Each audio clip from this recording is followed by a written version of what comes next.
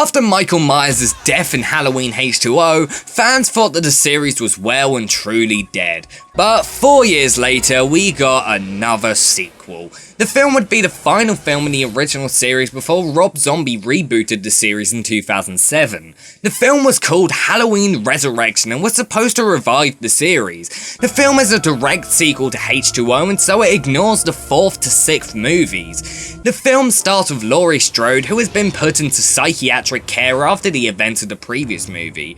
Remember how she decapitated Michael Myers in the previous movie? Well, guess what? It wasn't actually Michael Myers. As the paramedics were getting his body, he knocked one of them out and put the mask on them. He also broke his larynx so he couldn't scream out. When Laurie decapitated him, she killed the wrong person. Of course, this does ask the question, how did Michael actually manage to get away? He pretends to be a paramedic, but surely the other paramedics would have noticed. Also, why was one lone paramedic sent to look at the body of a serial killer? What if he turned out to be alive, like he was? Also, if the person who died wasn't Michael, then why didn't he take off his mask? I know he moved his hand around his neck, but still, he didn't actually attempt to take the mask off.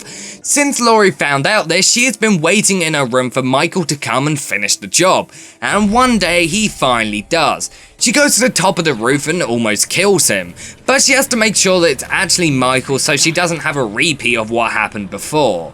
When she goes to check, Michael kills her. Yep, Laurie Strode, the protagonist of the original 2 movies, died. That would be like killing off Nancy from the Nightmare on Elm Street movies. Oh wait, that did happen. I really need to stop using that joke. The opening 10 minutes is literally only there so they can bring back Michael and ensure that Jamie Lee Curtis doesn't have to return. But her literal 5 minutes of screen time is apparently enough to warrant her being on the poster. Then we fast forward a year where 6 college students have been selected to be a part of a live internet reality show where they have to spend one night in the Myers house from the original movie. Somehow, after 24 years, nothing has been changed whatsoever. The house is still exactly how it was left. Surely they would have tried to sell it or at least demolish it. The director of the show, Freddy, who's played by Busta Rhymes, dresses up as Michael to scare the people in the house and make the show more interesting for people watching at home. But then the real Michael Myers comes in and starts killing everyone off one by one. The main protagonist of the film is a girl called Sarah. Sarah has an online pen pal who she's been instant messaging. The pen pal is a freshman, Miles, who goes by the name of Deckard. While at a party, Miles goes into a computer room to watch the show. Then he starts telling Sarah where Michael is and helping her get away. The movie has some elements of found footage in it, which I think is honestly a pretty good idea at times. Since they blend the found footage in and don't use it for the whole film, it looks good. We get a kind of POV shot every time Michael starts killing people and it makes you feel closer to the action.